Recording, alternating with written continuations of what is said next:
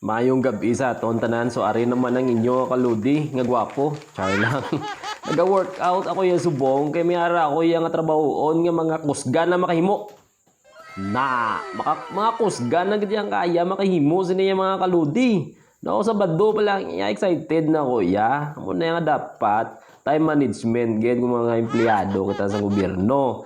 Kay kung Domingo na to ni Moon kapoy doon dapat naka-beauty rest na ta. Oh, tawa yung ako niya bata. Pero teka, good boy na sayang balaan yung ako hindi niya napagimuon, hindi ko siya pagtagaan balon.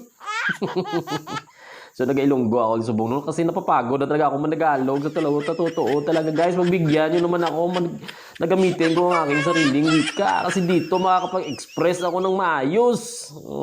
Bahala na lang kayo dyan kung hindi nyo ko maintindihan basta magsasalita ako ng lunggo ngayong gabi, no? So Sabado gali subong adlaw mo na nga excited guya, no? Time management ba naton pa kuya nga ng tio ngay pagabot na sang Domingo dapat naka-beauty rest na ta para ready na tayo mga lasi pagkabuas o kung ano man ang trabaho mo sa gobyerno kung private man, no?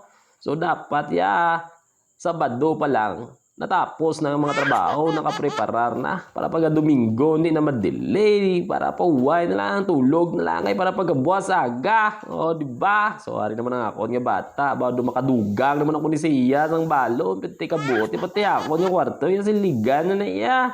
So, ang balo niya sinising kwinta ng taga-adlaw. Oo, muna na yung balo niya isang bata ko. Kaya kinabase ko man sa to nga ng mga adlaw bala nga 2 pesos na nga ni isang elementary ko nakasurvive isang high school ko G's na no pag college ko why na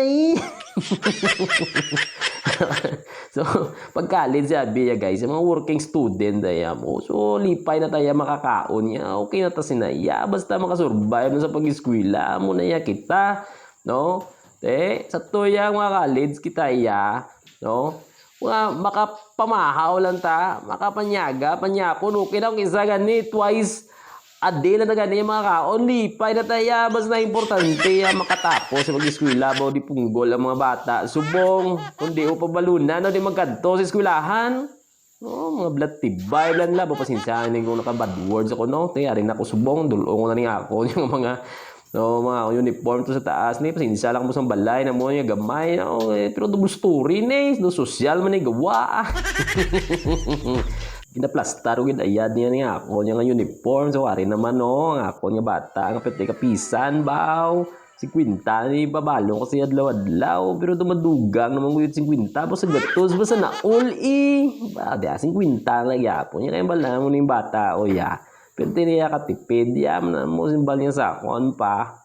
When I grow up, I want to be a dentist. Bao sa pagkabate, kuya guys, ano ba lubob lang ko? Paano Hindi mo nang ambisyon sa akon nga bata ba? Pero sige lang, supportahan na tingaan na yan sa higayon niya.